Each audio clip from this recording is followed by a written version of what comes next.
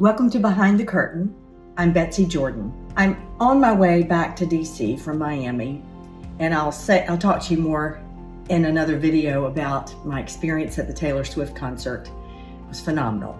But I want to address two issues. This is a part one about the economy, and then there'll be a part two about that, about what Kamala has or has not done. So in 2023, it came to my attention that the negotiation of a treaty between the Saudis and Israel was not going to come to pass anytime soon.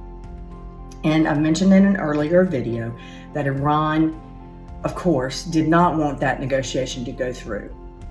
But it's still happening. Biden is still in negotiations with the Saudis because we still have a dependency on fossil fuels that we're trying to get off of, but we still have that.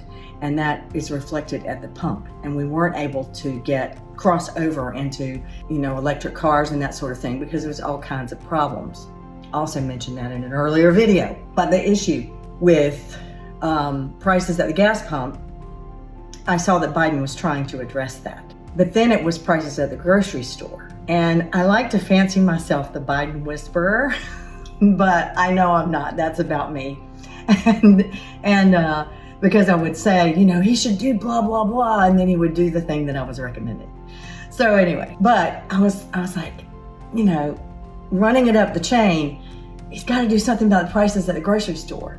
Next thing I heard, they were dealing with corporate price gouging. And some of you are going to say, the margins at the grocery store were already slim to none anyway. Well, no. There were examples of 1 week it would be this and 1 week it would be that on the same item. And it did not have to do with supply chain at that point, but there was a mentality that said, I'm going to make up for what I lost during COVID. At the same time, they'd gotten government subsidies. So we had some issues with that. But then I was like, okay, so they're handling that, but it's not having the effect you would want it to have. And I knew we were dealing with this famous human fallacy of greed. We have that, to contend with in our own lives as well as, in the lives of all Americans. Greed is a driver of people and companies and, pleasing the stockholders and that sort of thing. But we know that if I was going to demonize corporations, I know firsthand that wise CEOs take care of the communities they're in. And if you don't have a middle class, your company's liable to go out of business anyway. We are in a symbiotic relationship, right? Corporations have to have customers. If you price yourself out of the market, you don't stay in business for very long. And corporations, particularly those in rural areas, need to take care of their community because they know without their community there, they can't get people to come with their children and work there and go to school there, et cetera, and on down the line. So we have to make sure that we have a strong middle class.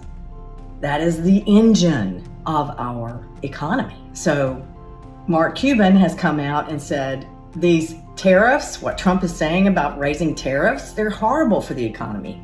If I run this country, if I'm going to be president of this country, I'm going to put a 100, 200, 2,000% tariff. They're not going to sell one car. This is insane. This is called economic gibberish. This is why you're going to vote for Kamala Harris, because you want businesses to thrive. You want them to grow. You want to grow the economy. Put a 1,000 or 2,000% tariff on anything, you're going to crush the economy. Vote for Kamala Harris. That's economic sanity. Why? Well, you put a tariff on something, that doesn't mean that people aren't going to buy their products, but it means that they're going to jack up the price. And if we're not manufacturing those kinds of things that we are, as consumers, wanting to purchase, where are we going to get it? It's going to dip into our pocketbook again. So all the economists who have taken a look at Trump's policies out there are saying, look, it's going to lead to more inflation. If he cuts corporate taxes, it's going to burden the middle class. It's going to raise the national debt, which is what it did before. So then I was like, okay, but if our economic indicators are saying that our economy is this strong under the Biden administration, why is it doesn't feel that way? And then the Wall Street Journal did a piece, which I'm going to show you the graph of in this video, where it showed Trump's economy being decent, right? Him saying it was the best economy in the world, of course. He's a very good promoter. And just don't be duped by that, right? But then, of course, it tanked. The economy tanked. It's one of the prime reasons he lost, and lost so soundly. I mean, Biden got 7 million more votes of the popular vote, right? Only a handful of electoral college votes. So we've got to do something about that. That was also covered in another video.